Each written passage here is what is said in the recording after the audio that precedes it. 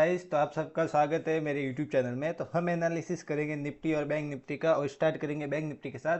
तो पहले मैं ये लेवल्स को हाइड कर देता हूँ। अब आ जाते हैं डेली टाइम फ्रेम में। आज के दिन हमारे क्या कहते हैं, छुट्टी है, मार्केट हॉलीडे है। तो कल के दिन मार्केट खुलेगा, तो यूएस मार्केट और वो मार्केट तो चलता रहेगा। अब हमारा मार्केट कैसे बिहेव करता है वो हम देख लेते हैं। कल के दिन खुल के कैसा बिहेव करेगा। हमें डेली टाइम फ्रेम के हिसाब से तो हमें एक रिजेक्शन टाइप की कैंडल देखने को मिली है। रेड है पर बहुत रिजेक्शन देखने को मिली है, तो इसे एक बुलिश की तरह ही कंसीडर करते हैं। अगर इसका हाई ब्रेक होता है इस कैंडल का, तो यहाँ से पॉसिबिलिटी है एक अच्छा मोमेंटम अपसाइड आने की, जो कि लगभग एक बड़ा मोमेंटम आएगा। और ये रेंज जो इतने दिन से बनी हुई थी, उस रेंज के बाहर भी निकल गया है मार्केट। तो हाई पॉसिबिलिटी है कि मार्केट यहाँ से एक अच्छा मोमेंटम दे। अब उसके लिए हम क्या करते, सिंपली एक घंटे के टाइम फ्रेम पे आते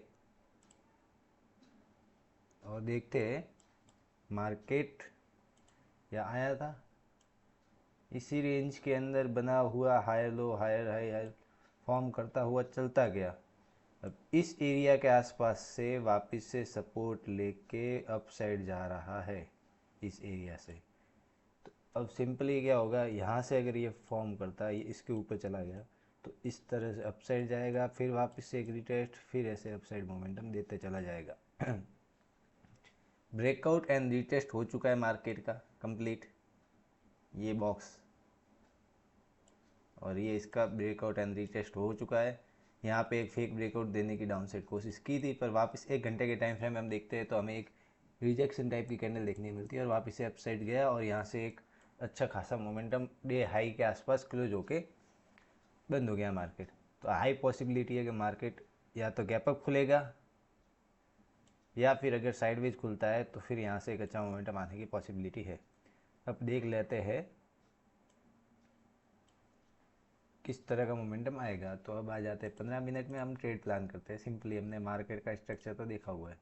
ये मैंने कुछ लेवल, एक इंडिकेटर है जिसको कि हम कहते हैं पिविट पॉइंट।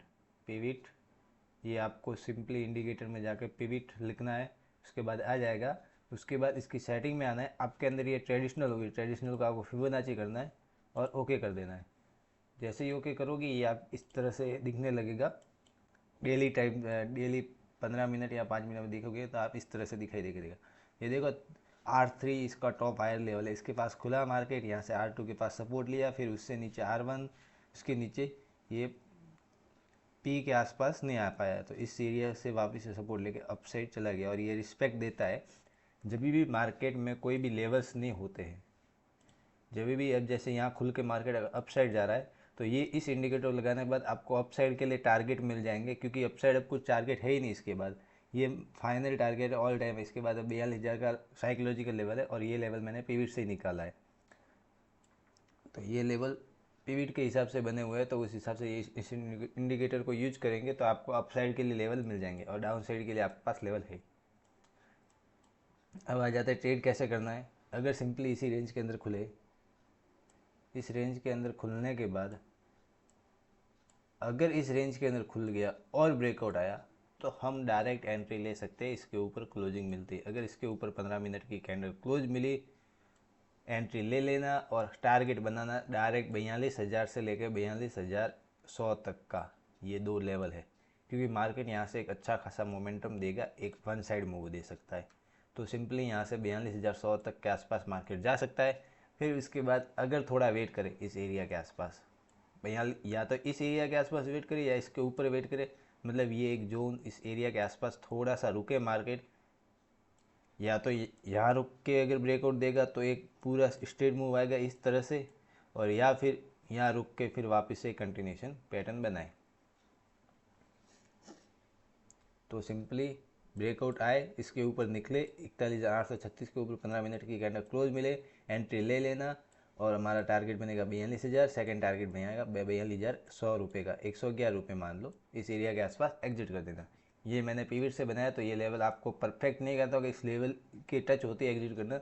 इसके आसपास आए तभी आपको लगे कि नहीं मार्केट यहाँ पर रुक रहा है, तो एग्जिट कर देना। अगर इसके ऊपर सस्टेन कर जाता है, फिर अगर आधा घंटा एक घंटा यहाँ पे सस्टेन कर जाता है, फिर ब्रेकआउट देता है, तो फिर आप 42,400 के आसपास तक बैंक निफ्टी जाता हुआ देखने को मिल जाएगा।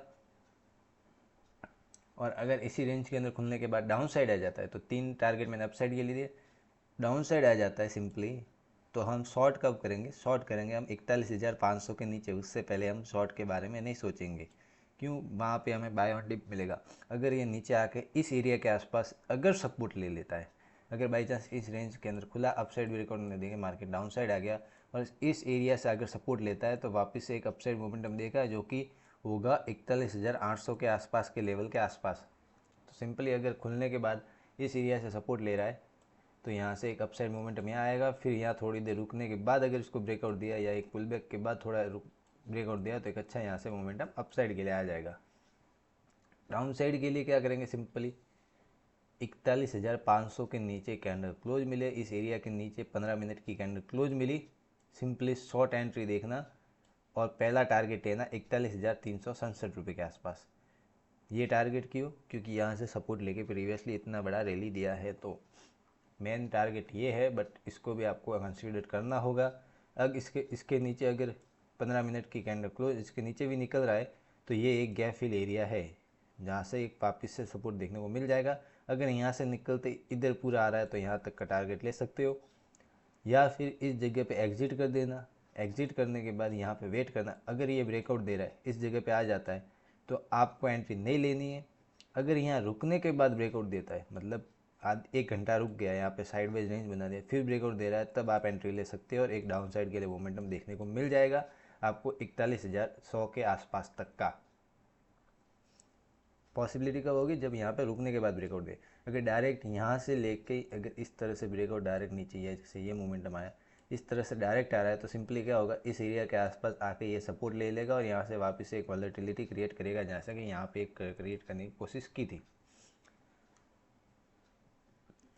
तो ये टारगेट होगा 41,060 के आसपास। इसके भी नीचे आ रहा है, तो और भी नीचे आपको आता हुआ देखने को मिल जाएगा।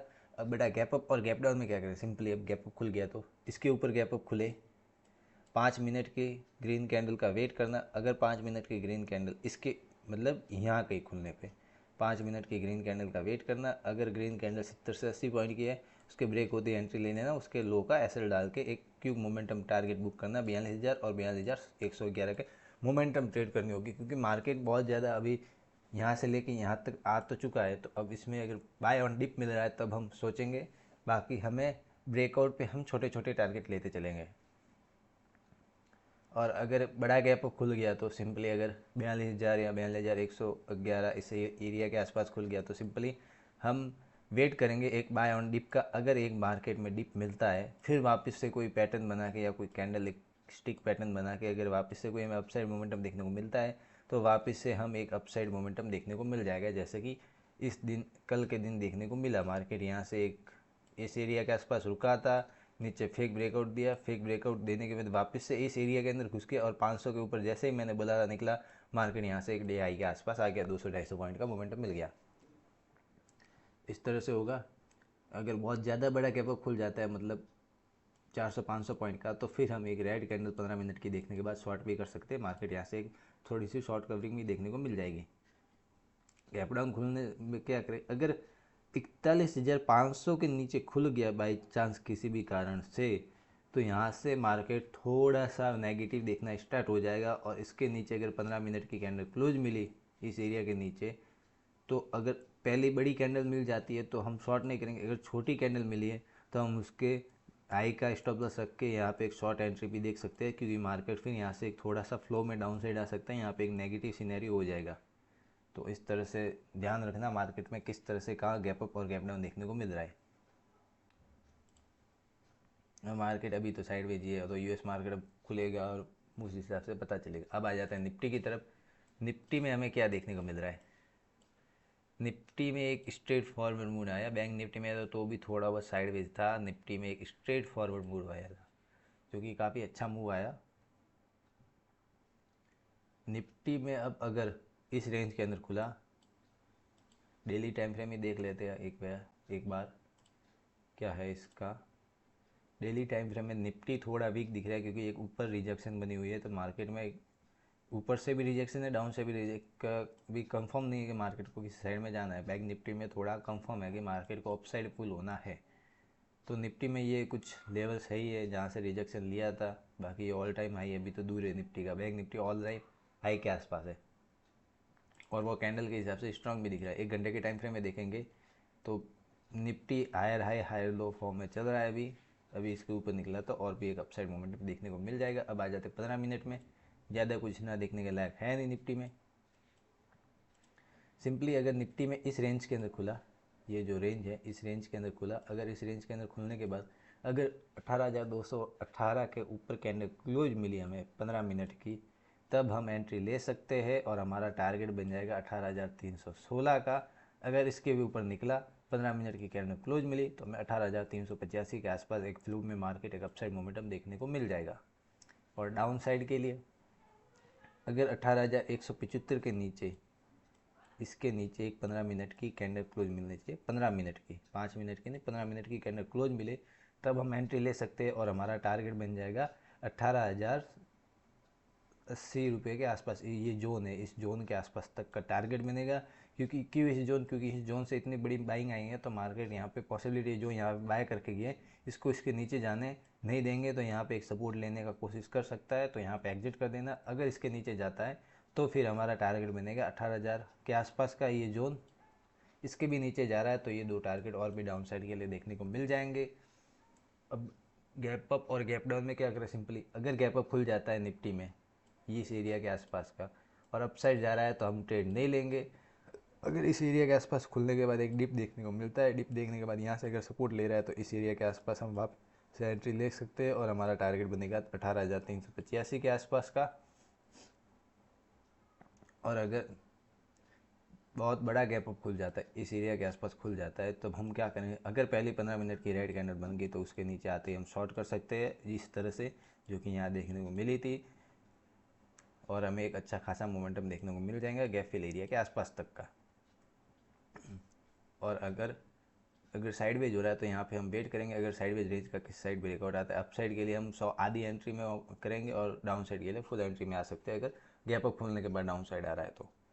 अब गैप डाउन खुलने पे क्या कर जाएंगे, अगर गैप डाउन खुल जाता है इस एरिया के आसपास का, तब हम देखेंगे अगर यहाँ से अगर अप साइड वापस से यहाँ सपोर्ट ले रहा है इस एरिया के आसपास से, फिर एक अप साइड जा रहा है तो मार्केट वापस से यहाँ पे एक न्यू हाई बनाने स्टार्ट कर देगा और यहाँ से एक और अप साइड मोमेंटम देखने को मिल सकता है। अगर यहाँ पे एक राइट कैंडल बना के अगर यहाँ थोड़ी देर रुकता है तो फिर यहाँ से पॉसिबिलिटी होगी कि एक डाउन साइड ब्रेकआउट दे दे।